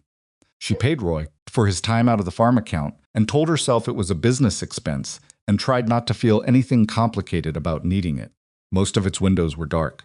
By February, she was functional again, which was good because February brought the first of what would become a series of conversations that Maren hadn't anticipated and wasn't prepared for. The first one was from the Regional Agricultural Extension Office, not the local county agent she'd been working with, but someone from the state level, a woman named Darcy Prawl, who said she'd been hearing things about the Hollis farm from several different sources and wanted to know if Maren would be willing to participate in a case study. Maren listened to the whole pitch and then said, "What does participating mean exactly?" "We document what you're doing. Soil tests, cattle weights, pasture recovery rates, all the data you're already collecting, just shared with us in a standardized format so it can be analyzed and potentially shared with other producers." Darcy's voice was carefully neutral, the voice of someone accustomed to having farmers say no. "You'd retain control of your operation and your methods. We'd just be observing and recording and publishing. Potentially, yes, with your review and approval before anything goes out." Maren told her she'd think about it. After she hung up, she sat with it for 2 days, turning it over. Part of her was resistant in a way she had trouble articulating something about the idea of her grandfather's methods passing into a standardized academic format felt reductive, like pressing a living thing into a specimen box. But another part of her recognized that this was exactly the kind of reach that would have made Earl Hollis's life's work matter beyond the borders of Caldwell County. She called Elias. "Do it," he said before she'd finished explaining. "You didn't let me finish. You're calling me because part of you already knows the answer, and the other part needs someone to confirm it." He paused. "Do it. Your grandfather's methods deserve to be documented properly. What you've been doing in those notebooks is valuable, but it's private. A case study is public. That's different. What if they oversimplify it? Then you correct them. You have the data." Another pause. "Maren, your grandfather spent 30 years doing work that the county ignored. Don't let caution turn you into the same story." She called Darcy Prawl back the next morning. Spring came around again with the specific energy of a second spring, which is different from a first one, less desperate, more purposeful, carrying the knowledge of what worked last year and the willingness to try to build on it. The herd stood at 31 now, the original 28 plus 3 new calves born in February, and the 4 steers she'd promised Sasha Venn were ready in late March and delivered exactly as agreed. Sasha called her 3 days after the delivery. "I need more," she said. "Whatever you can give me fall," Maren said. 6 animals, maybe 7. "I'll wait," Sasha said. "Don't rush them." "I won't," Maren said and meant it. The case study documentation began in April, with Darcy Prawl making monthly visits and Maren submitting the data from her notebooks in the standardized format they'd agreed on. It was more administrative work than she'd expected, and it took time she didn't have, and on more than one occasion she sat at the kitchen table at 10 o'clock at night, filling out a form that asked her to categorize, something she'd been observing organically for months, and felt a specific frustrations at the gap between what she knew and what a form could hold. But she did it. Because Elias was right, Zamwersi and Sen distance Zane to counties she'd never heard of who were making the same mistakes this county had made. And if a documented case study from a failing farm that had been rebuilt from nothing could reach them, the tedium of the paperwork was worth it. The open days started in May. It was Gideon's idea originally, and he'd pushed it past Maren's resistance through a combination of practical argument and selective stubbornness. The arrangement was simple. Once a month, on a Saturday, any producer in the county who wanted to walk the Hollis farm pastures and ask questions was welcome to do so. No charge, no formal program, no obligation. Just people looking at a working example of what the notebooks described. The first one drew 7 people. That felt like a lot to Maren, who spent most of the morning in a low-grade anxiety state that she managed by walking fast and talking faster. Gideon came and stood near the back of the group and said nothing, which she appreciated in ways she didn't examine too closely. The second open day drew 11 people. The third drew 15, including 2 ranchers from the neighboring county, and a young couple who'd just bought a piece of ground and hadn't broken it for grazing yet, which Maren privately thought was the best possible starting position and told them so directly. The questions were often the same questions, in different arrangements. How long do you actually rest a field? What do you do when you run out of rotation space? How do you know when the soil is recovering and when it's just responding to rain? How do you explain this to a lender who wants productivity numbers? That last one, she answered carefully, because she'd been having those conversations herself. In June, a loan officer from the agricultural lending division of a regional bank came to see the operation. His name was Forenfich, and he wore the look of a man who spent most of his time indoors and was making a genuine effort to take the outdoors seriously. He'd been sent by the bank's agricultural division because Darcy Prawl's preliminary case study data had crossed someone's desk, and the preliminary windows were dark, and the preliminary numbers were unusual enough that the bank wanted to understand what it was looking at before anyone made any financing decisions. Maren had not applied for a loan. She was not planning to apply for a loan. She told Warren Fitch this at the start of his visit, clearly, so there was no misunderstanding. "I understand that," he said. "We're here because we'd like to understand your operation, not to solicit business." "All right," she said. "Then ask your questions." He asked them for 2 hours, walking with her through the pastures the same way everyone else did, except he was taking notes in a way that was clearly financial, rather than agronomic.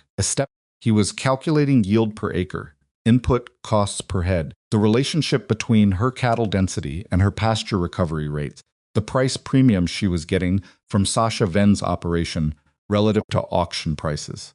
At the end of the walk, he stopped at the gate and looked out at the herd, which had moved to the middle pasture and was working steadily along the grass. "What would it take to double this operation?" he said. "About twice as much land managed the same way," Maren said. "If you had access to capital—" "I don't want access to capital," she said. He looked at her. "At the rates we're discussing with your production data, Mr. Fitch." She said it without sharpness, just clearly. "I understand what you're offering, and I understand the math behind it. But the reason this operation works is because it's in balance with the land. If I take on debt that requires me to produce more than the land can sustainably give, I've broken the thing that makes it valuable." She looked at the herd. "My grandfather spent years watching operations in this county fail because they borrowed against the land's futures. I'm not going to do that. Warren Fitch was quiet for a moment. That's an unusual position for a producer your age. I know. Most young producers in your situation would see this as the moment to scale. I know, she said again, and some of them would be right. But I'm not most young producers, and this isn't most operations. She turned to face him. If I'm wrong and I stay small and miss an opportunity, that's a cost I can live with. If I'm wrong and I take on debt and the land can't sustain it, I lose the farm. Those aren't equivalent risks. He looked at her for a long moment. Then he nodded, not in agreement, exactly, but in the way someone nods when they've received an answer that's complete and doesn't require further discussion. He drove away, and Maren stood at the gate and watched the dust from his tires settle on the gravel. She had not been entirely confident while she was saying it. That was the honest version. The confident surface was real. She believed what she'd said, but underneath it was the specific uncertainty of someone making a decision based on principles when the numbers were pointing another direction, and you could never be entirely certain that your principles were right, and the number until it was too late to go back. She went and told Elias that afternoon. He listened without interrupting. Then he said, "How do you feel?" "Like I might be an idiot," she said. "That feeling's usually a good sign," he said. "The people who are certain they're right are the ones who scare me." She laughed, which was the first time she'd laughed in about 3 days. And then she went home and made dinner and wrote in the notebook and did not let herself keep turning the decision over because she'd made it and it was made, and the land was either going to prove her right or it wasn't. The summer passed in the rhythm she was developing. Not ease exactly nothing about running a farm alone was ever easy, but competence. A working knowledge of what each day would require, and enough experience to handle what she hadn't anticipated. The calves born in February were growing well. The open days continued. Darcy Prall's case study data was accumulating into a picture that even Maren had to admit was more persuasive than she'd expected. And then July ended, and August began, and the rain stopped. It stopped with a suddenness that fooled people at first. The first week felt like a dry stretch. The second week was worrying. By the end of the third week, without meaningful rainfall, the word drought was moving through the county in conversations at the feed store and the sale barn and the extension office, most spoken with the particular flatness of people who knew what the word actually meant from having lived through one before. The creek went dry in the first week of August. Not all of it. A few deep pools persisted, but the running water that had moved through the lower corner of Maren's property since before her grandfather's time stopped moving. The ground cracked along the creek bed. The air above the fields shimmered in the afternoon heat. Maren watched her pastures. The fields she'd been managing under the rotation system for 2 full years held better than she'd dared to hope. The grass went dormant in the worst-hit sections. She expected that, but it didn't die. The roots held the soil, and the soil held what moisture there was, and when she dug test holes in the restored pastures in the middle of August, 3 weeks into the drought, the soil below 12 inches was still measurably damp. Not wet, damp. Enough. She adjusted the rotation to move the cattle for strength sections and hold them longer on the fields with the deepest root systems. It required more decisions per day than she was used to making, a constant recalculation based on what she was seeing on the ground that morning rather than a fixed schedule. It was exhausting in the specific way that sustained judgment is exhausting, not physical, but the kind of tired that comes from being responsible hour after hour for a call that could go wrong. She did not lose her forage supply. Not once. Other ranchers were not so fortunate. She heard it through the county's informal channels. Bud Minter sold 40 head at the sale barn at the worst possible moment. Panic prices in a collapsing market. The Delray brothers across the highway were buying hay from 3 counties over at prices that were going to cost them the better part of their operating margin for the year. A woman she'd met at the second open day called her in tears because 3 of her best cows had lost condition so fast. She was afraid to take them into the fall. Maren talked her through it over the phone for an hour, walking through what options were still available, which to prioritize, which animals to prioritize within the fields. She didn't have solutions for all of it. Some of the damage was too far along to fully reverse. But the woman knew everything she actually knew, without softening the parts that were hard. And when she hung up, she sat with the weight of it for a while. Most of it's then. That was the other thing about the drought. It made the difference visible in a way that was uncomfortable, even when it vindicated her. She hadn't wanted anyone to fail. She'd have been happier if the whole county had been using restored pastures and deep-root soil and nobody was selling cattle at panic prices. That the methods she'd been teaching worked was not satisfying in the way people might expect, because the cost of demonstrating it was paid by other people's losses. Gideon came to the farm on a Wednesday afternoon in the third week of August and stood at the fence between the north pasture and the road for a long time without saying anything. Then he said, "Tell me what I'm looking at." Maren stood beside him. The north pasture still had grass. Not lush, it was dry, shorter than she'd like, dormant in patches, but it had grass. His own land, visible across the county road, was brown from the fence line to the horizon. "You're looking at 2 years of root depth," she said. "You're looking at soil that's been accumulating organic material instead of losing it." She pointed to the fence line between the two properties. "Right there is the difference between 45-day rest periods and continuous grazing. That's the only thing that's different on this side of the fence." Gideon was quiet for a long time. "I lost 60 head last week," he said. "Sold them. I had to." She hadn't known that. "I'm sorry," she said. "I started the rotation on 3 fields in November," he said. "Like you said. The rest of my operation is still running the old way because I couldn't change everything at once." He looked at the brown expanse of his own land. "The 3 fields I changed are holding." He said it like it cost him something. "The rest is what you're looking at across the road." The conversation went quiet. "I should have started 2 years ago," he said. "You started when you started," Maren said.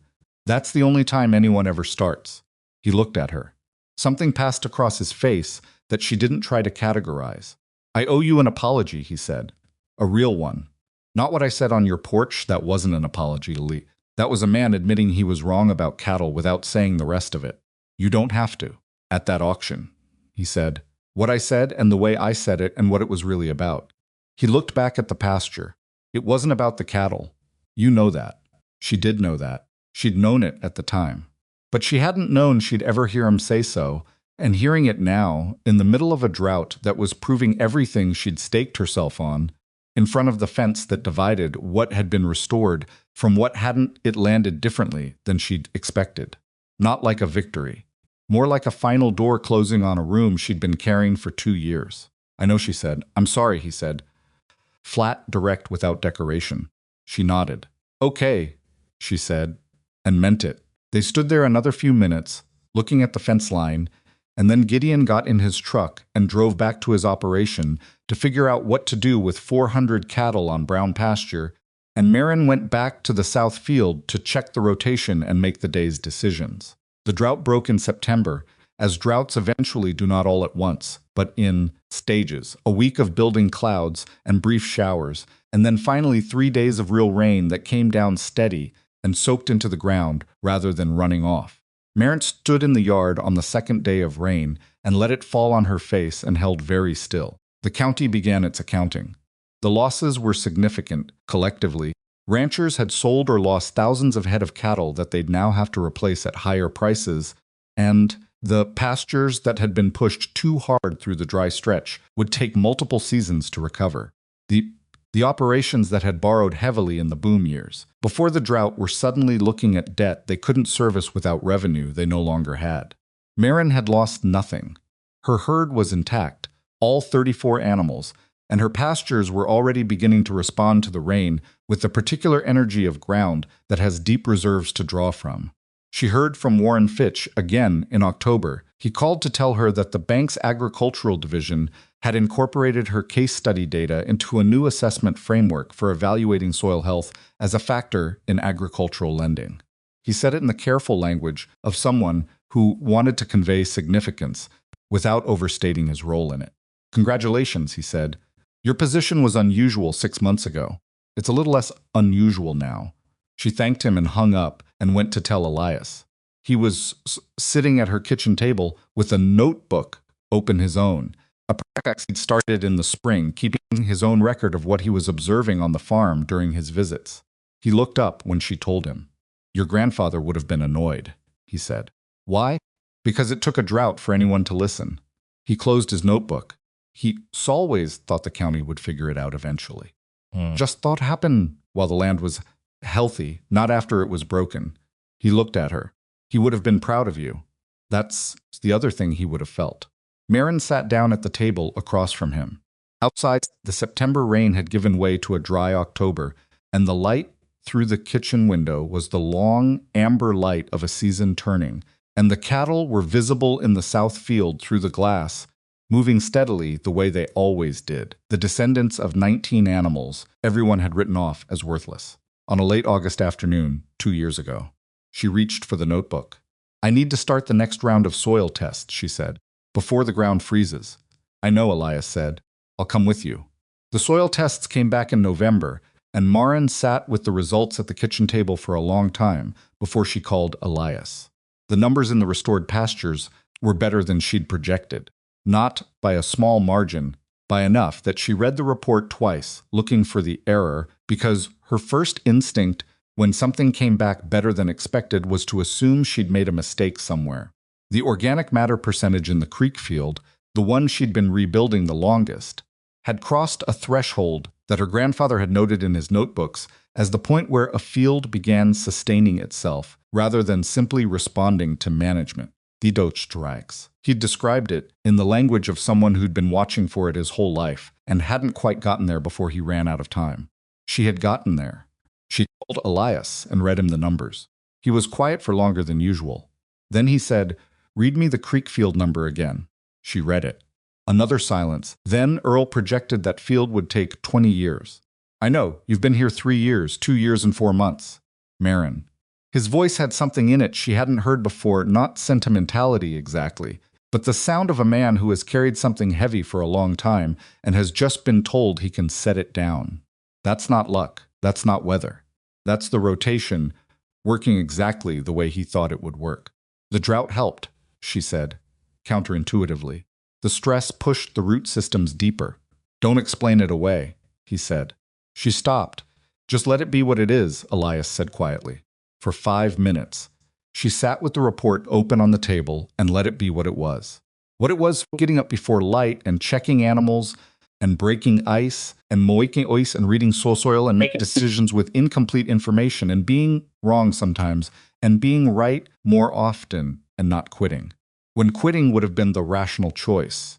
What it was, 42 notebooks her grandfather had filled and left behind for no audience, and one woman who had sat on a kitchen floor and read them cover to cover and decided to believe what they said. What it was, the ground, doing what ground does when you give it what it needs, remembering slowly what it used to be. She called Darcy Prawl the next morning and gave her the numbers. Darcy was quiet for a different reason than Elias had been. She was quiet the way researchers get quiet when data does something they hadn't fully anticipated. This changes the projected timeline in the case study, she said. I know. The academic consensus on restoration timelines for this soil type is considerably longer than what you're showing. I know, Maren said again. My grandfather thought the consensus was based on passive restoration. What I'm doing is active management. The rotation keeps putting organic material back into soil. The rest is a field, accumulates it on its own. That's going to be a significant finding. It was his finding, Maren said. I'm just the one who finally got to measure it. Darcy said she'd need to bring a soil scientist to the farm in the spring.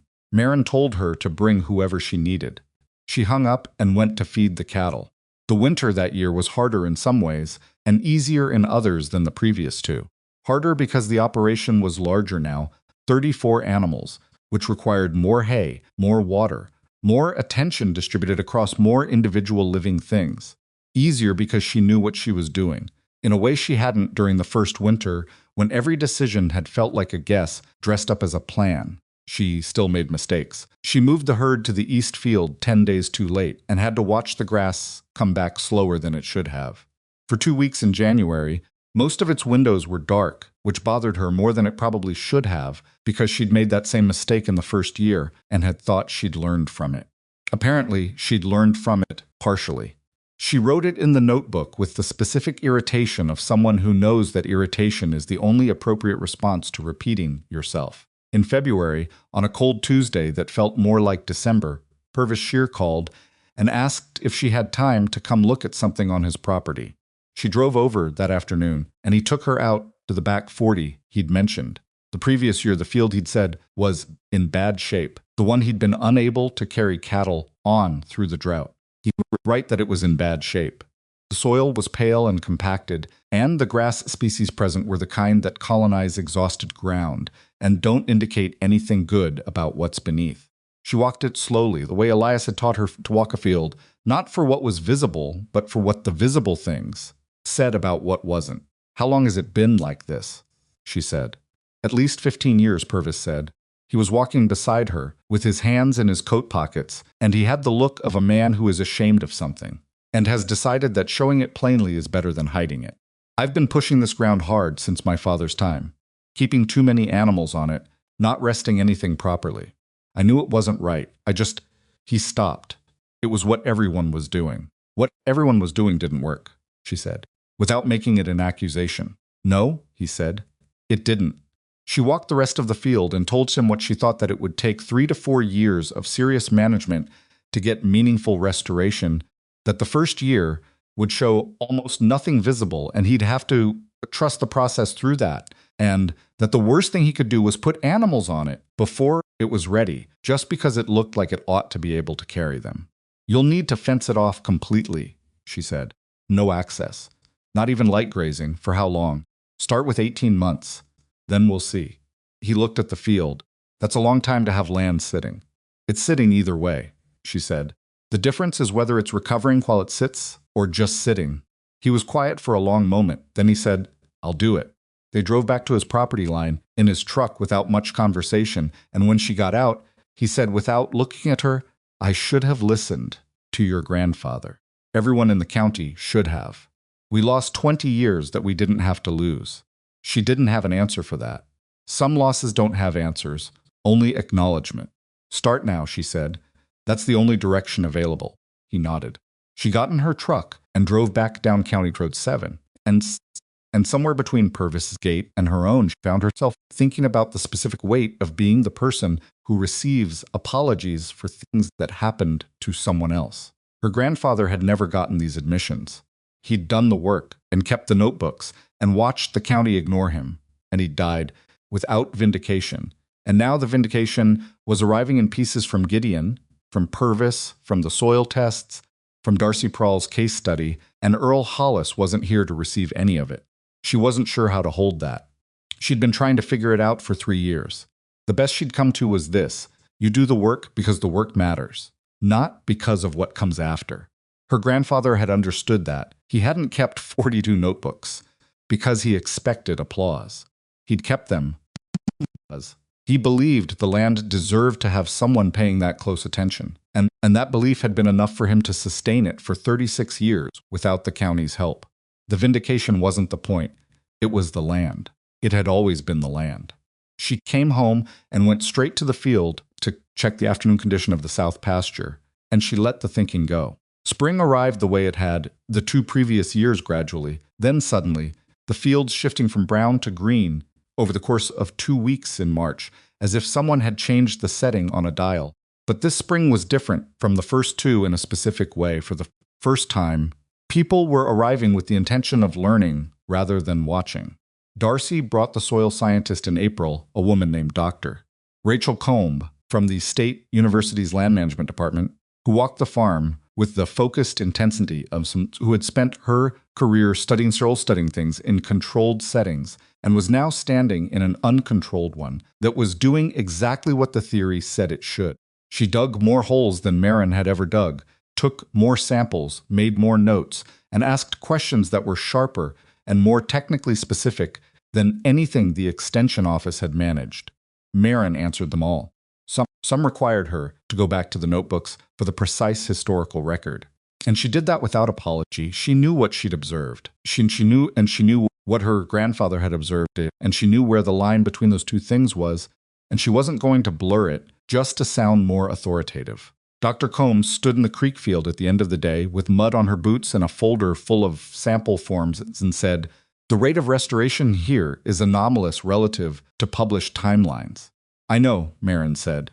"If the data holds up, this is going to attract a significant amount of attention from the academic community."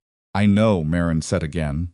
She'd already been thinking about what that meant and whether she was prepared for it. "You're going to have people wanting to come here, Doctor," Colm said.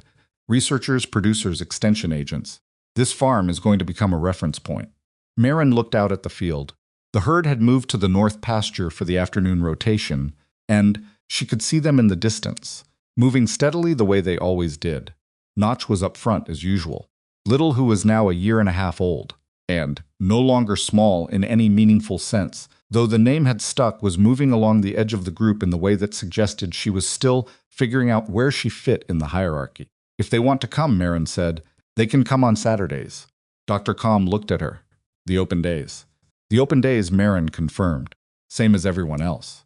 She went home that evening and wrote the day's notes in the notebook, and then sat at the table longer than she usually did, the notebook still open in front of her. Not writing, just sitting. Elspeth would have said she was thinking. She wasn't sure that was accurate. It was more like settling the way water settles after something's moved through it. She thought about what Dr. Colm had said. A reference point. She turned the phrase over. She'd come here 3 years ago not knowing what she was going to do, with a truck full of doubt and a farm full of neglected ground, and somewhere in the reading of those notebooks and the work of the first winter, she'd stopped thinking about leaving and started thinking about what was possible. She hadn't consciously made the decision to stay. She'd just kept making the next decision, and then the next, and eventually leaving had stopped being one of the available options. That was how most important decisions actually worked, she thought. Not in a single moment of clarity, but in a single moment, but in a long accumulation of smaller ones, each one narrowing the field until the choice was already made before you'd formally acknowledged it. She closed the notebook and went to bed. The boy arrived in May. His name was Caleb Ferris, and he was 16 years old, and he showed up at the gate on a Saturday a steady-looking woman named Patrice, who said they'd heard about the farm from someone at the extension office. Caleb didn't say much during the walk. He asked 2 questions, both precise and well-formed, and he watched if its windows were dark, and he watched everything with an attention that Maren noticed because it was the same quality of attention she'd recognized in herself when she'd first started reading the notebooks. Not passive observation, the kind of watching that's already half-thinking. At the end of the open day, after most of the other visitors had gone, he came to the fence where Maren was doing the afternoon head count and stood there for a moment before he said, "How do you know when a field is ready to graze again?" "You look at it," she said, "and you learn to read what you're looking at. Can you teach me what to look for?" She looked at him.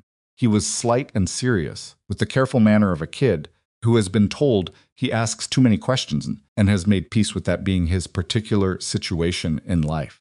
"Can you come on weekday mornings?" she said. "Saturdays are for the group. Mornings are when the actual work happens." He looked at his grandmother. Patrice nodded. "I can come," he said. He started the following Monday, and he came 3 mornings a week through the spring and into the summer, and he turned out to be exactly what Maren had recognized him as on that first day, a natural learner with an unusual patience for slow things. He didn't try to understand everything at once. He let observations accumulate. He kept his own notebook, which Maren found out about by accident when she saw it in his back pocket one morning, small and beat up and already half full. "When did you start keeping notes?" she said. He looked slightly caught out. "First week," he said. "Good," she said. And that was the whole conversation. She taught him the way her grandfather had taught through the notebooks, not by lecturing, but by showing and asking. She'd take him to a section and ask him what he saw, and she'd listen to his answer and ask what that thing he saw indicated about what was below. And she'd let him think through it rather than rushing to fill the silence. He was wrong. He was wrong sometimes in interesting ways, the kind of wrong that showed he was reasoning from incomplete information rather than guessing randomly, which was correctable. You can't do much with random guessing. Incomplete information is just the beginning of a longer education. By July, he was identifying grass species by sight. By August, he was reading soil compaction by how water pooled after rain. By September, when he'd been coming to the farm for 4 months, he walked a section of the north corner, the hardest, most resistant field on the property, and said, "This is different than the creek field. The root structure is thinner. It feels younger." "It is younger," she said. "It's been in the restoration sequence for almost 3 years. The creek field is almost 4. So in another year it should look more like the creek field. If we manage it right, she said. There are no guarantees. He wrote that in his notebook. She saw him do it and didn't comment. Gideon started bringing his hired men to the open days in the summer, not as participants exactly, but as part of a deliberate effort to build knowledge into his operation systematically rather than carrying it all himself. He'd said once, in the direct way he said most things, that his biggest mistake hadn't been the management practices he'd used. Those were inherited, the product of the county's collective habits, but the fact that the knowledge of why things worked the way they did had never gotten more than an inch deep into his operation. He knew what to do. His people knew how to do what he said. Nobody below him knew why, which meant when something unexpected happened, they had nothing to fall back on except what he would have told them to do if he'd been there. "You're building a different kind of operation than I ever had," he said one Saturday in August, standing with Maren at the edge of the south field, where Caleb was walking a group of 6 visitors through the rotation logic. "Mine runs on my judgment. Yours is going to run on everyone's judgment, because everyone is going to understand why." "That's the idea," Maren said. "Your grandfather's idea," Gideon said. "Yes." He was quiet for a moment. "I never apologized to him. I was young and arrogant, and I thought he was an eccentric old man who hadn't figured out how to scale his operation because he wasn't capable of it." He paused. He wasn't capable of scaling it because the county hadn't given the land enough time to be ready. Maren looked at him. "How old were you when you knew my grandfather?" "I was in my 20s. He was in his 60s. He tried to talk to me once at the auction barn about his grazing methods, and I was—" He stopped. "I wasn't rude exactly, but I wasn't interested, and I made that clear." He looked out at the field. "I've thought about that conversation a lot in the past 3 years." She didn't tell him that her grandfather had probably not expected anything different, or that the county's dismissal hadn't stopped him from doing the work, or any of the other things that were true and would have been beside the point. She just said, "He kept the notebooks anyway." "Yeah," Gideon said. "He kept the notebooks." Elspeth's health began declining in the fall in the gradual way that the health of people in their mid-80s declines, not a crisis, not a sudden change, just a slow subtraction of capacity that made the quarter-mile walk from her house to the farm increasingly difficult and eventually impossible on most mornings. Maren started going to her instead, bringing coffee and the day's notebook update, sitting with her in the small house that smelled like old wood and lavender, and the specific warmth of a room that has been lived in carefully for a long time. Elspeth had opinions about the case study. She had opinions about everything, but the case study in particular she viewed with the particular skepticism of a woman who had watched institutions fail to understand things for 81 years and saw no reason to expect improvement. "They'll put it in a paper," she said one October morning. "They'll make it complicated and give it a name, and people will cite it in other papers, and nothing will change for 20 years. Something already changed," Maren said. "Gideon's operation. Purvis is back 40. The Yarborough place. The 3 families who came to the open days in June and went home and fenced off their worst fields." Elspeth looked at her. "How many families? In the county?" "About 14 who've actually changed their management this year. More who are thinking about it." The old woman was quiet for a moment. "Earl thought it would take 50 years, she said. "He used to say the count come ground after he was gone, and after his kids were gone, maybe when his grandkids were farming." She looked out the window at the field, visible through the glass. "He didn't think he'd have grandchildren who wanted to farm." "He didn't," Maren said. "He had a granddaughter who came up from Knoxville to sell the place and ended up staying." Elspeth made the sound that was either a laugh or its near relation. "He would have appreciated the irony." "I think he would have appreciated the result," Maren said. The old woman looked at her for a long moment with the particular attention of someone who has watched a person become who they are and is accounting for the full distance traveled. "You're not the same person who came here 3 years ago," she said. "No," Maren agreed. "That one was afraid she'd made a mistake. This one knows she made several, just not the big one." Elspeth nodded slowly. "Your grandfather was like that. He made mistakes constantly. He wrote them all down. He said the mistakes were the most important part of the notebooks because they were the ones that were actually true." Maren thought about that on the drive back to the farmhouse, and then she went to the shelf where the 42 notebooks were kept, and she pulled out the third one, the one from 1965, The year, her grandfather had started the rotation system, and she found the page where he'd written about moving the cattle back to a field too soon and losing 2 weeks of recovery and having to start the count over. He'd written it plainly, without embellishment, and at the end of the entry he'd added one line, "Error. Start the count over. The field doesn't care about my schedule." She put the notebook back and went out to move the herd to the afternoon rotation. The December that closed out the year brought a cold that was serious but not cruel, and Maren went into it better prepared than she'd been for either of the previous two. She had hay in sufficient quantity. She had Caleb coming 3 mornings a week to help with the ice breaking and the morning checks, working alongside her in the way of someone who is absorbed enough to be useful rather than just present. She had a relationship with the county extension office that was functional now rather than purely cordial, and she had the soil scientist from the university in spring for a second round springs at Cincinnati sampling that would complete the first phase of the case study. She had 34 cattle in good condition, all descended from the 19 that Gideon Tate had called dog food on a late August afternoon 3 years ago. She had the notebooks. On the last day of the year, she drove to Elspeth's house in the late afternoon with coffee and leftover soup, and they sat in the small living room with the winter light going short and gray through the windows, and Elspeth asked her what she thought the new year would bring. Maren thought about it honestly, rather than reaching for a clean answer. More of the same, she said. More work. More decisions I'm not sure about. More things going wrong that I have to fix. And more ground recovering. More calves in the spring. More people coming to the open days. She looked at the window. Caleb's getting good. By next year, he'll be able to lead the open days without me. That matters. Why does that matter? Elspeth said, not challenging it, just asking. Because the whole thing collapses if it's just me, Maren said. My grandfather built something that required him personally to sustain it, and when he died, it died. I'm trying to build something that doesn't depend on me the same way. Elspeth was quiet. That's what I didn't understand about the notebooks at first, Maren said. I thought they were instructions. A how-to, but they're not. They're a record of a conversation with the land that he was trying to keep going, even after he couldn't have it anymore. He was writing toward whoever would come next. She looked at her great-aunt. He was writing toward me, probably, without knowing it. Elspeth reached over and put her hand briefly on Maren's.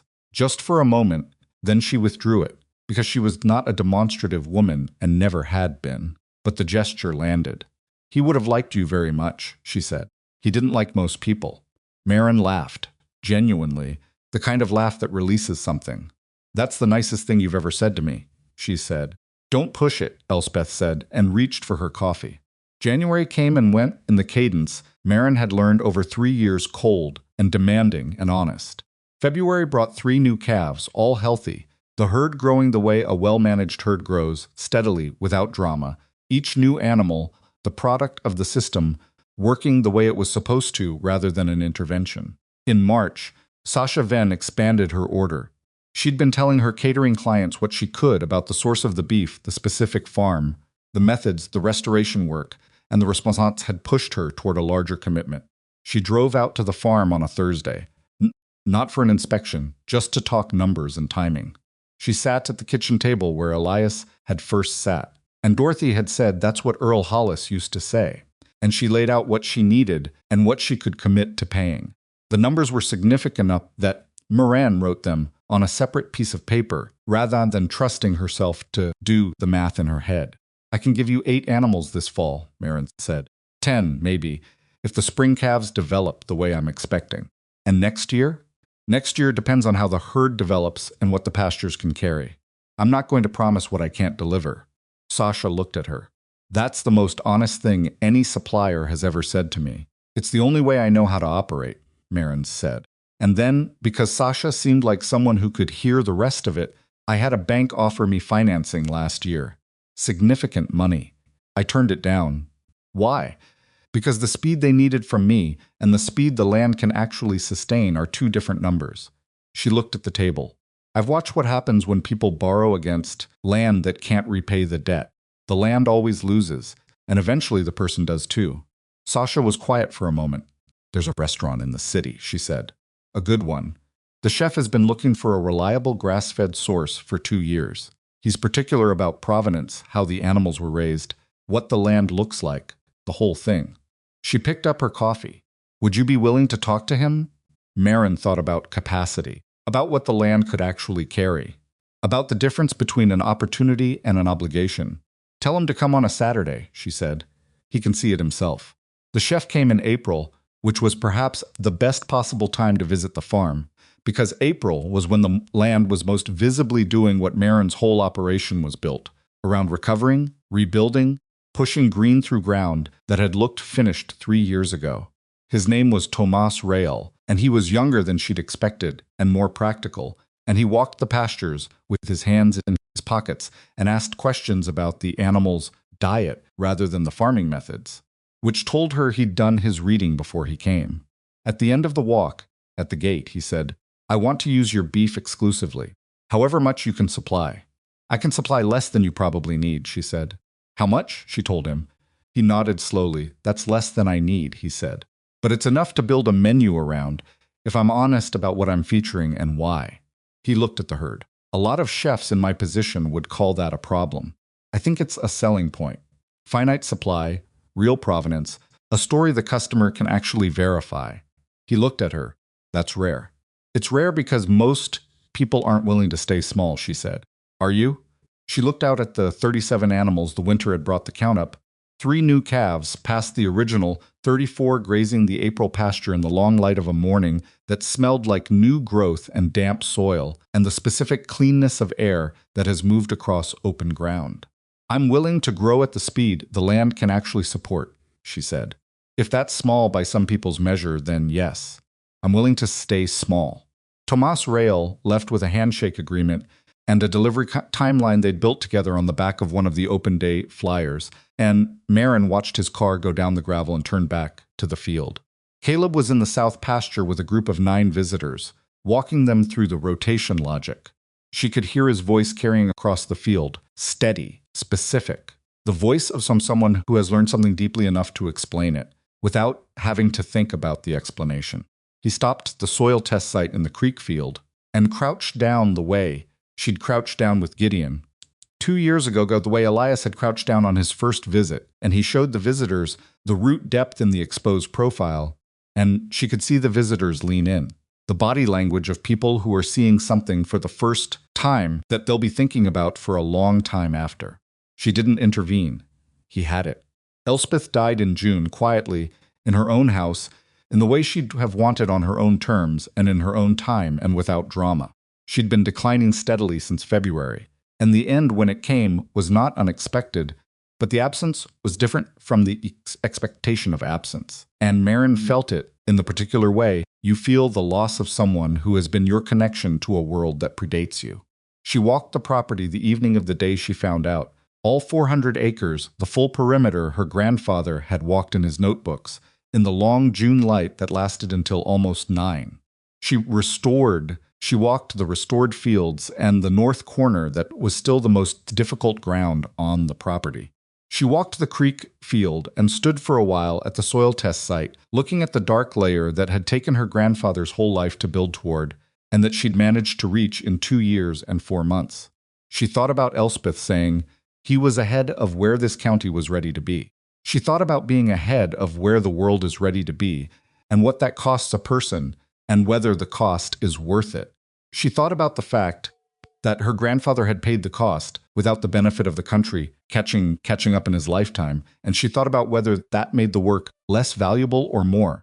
It made it more, she decided, not because suffering ennobles things it doesn't, not automatically, but because the willingness to do work that the world isn't ready for is rarer than talent, and rarer than intelligence, and rarer than ambition. It requires a particular combination of conviction and patience that most people can't sustain, and Earl Hollis had sustained it for 36 years against a county that met it with, at best, indifference and at worst, the particular cruelty of public mockery.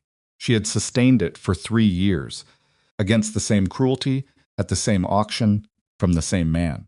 And the cost had been real. The months of driving home, with her jaw set, the nights of lying awake, running decisions through her head, looking for the mistake, the chest tension in January, when she'd kept working, because there was no one else. The steady weight of being the person everyone had already decided was wrong. But the land had remembered. That was the thing she kept returning to, standing in the creek field in the June light with Elspeth gone and 3 years of rebuilt ground beneath her feet. The land had remembered everything you put into it, the care and the attention and the patience and the willingness to work slowly, when everything around you was demanding speed. It had held all of it, in the root systems and the soil profiles and the organic matter, percentages that had come back from the lab and made Elias Mercer go quiet on the phone. She walked back to the farmhouse as the light was finally going.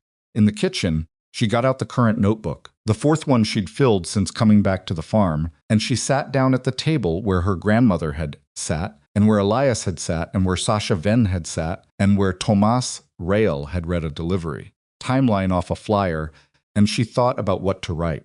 Most of its windows were dark. She thought about what she actually knew now, as opposed to what she'd read in the notebooks 3 years ago when she'd been sitting in this same kitchen, convinced she was either very smart or very stupid. What she knew, the land was not passive. It was not a resource that waited inertly for people to use it. It was a living system with its own memory and its own logic.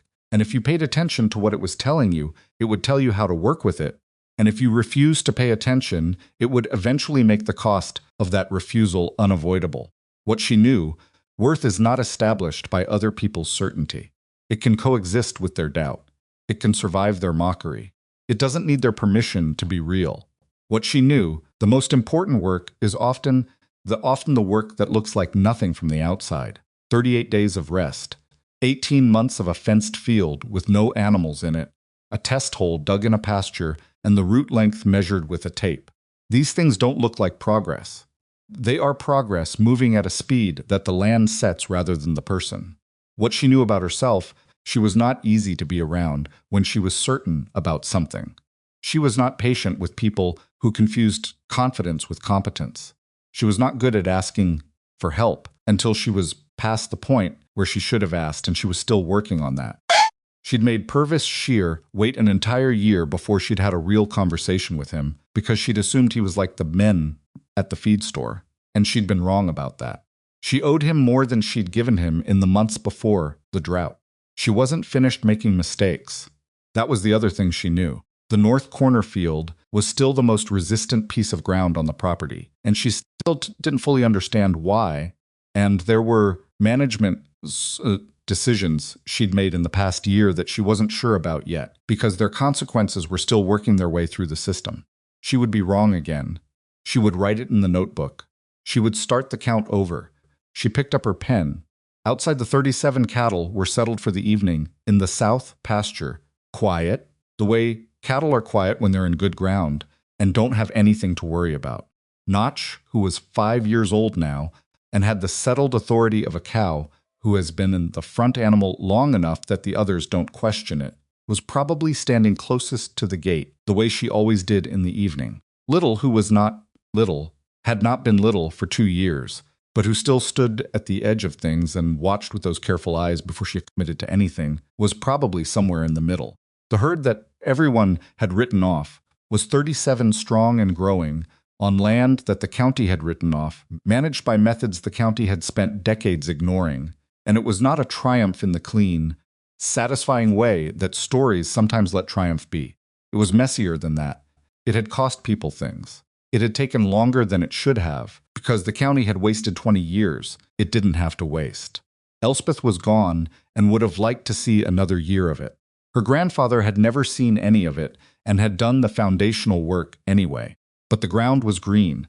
That was the specific, inarguable, non-metaphorical fact. At the center of everything. The ground was green when other ground was brown. The cattle were healthy when other cattle were sold at panic prices. Most in the soil trend creeks had crossed threshold that her grandfather had spent his life building toward. She wrote the date in the notebook.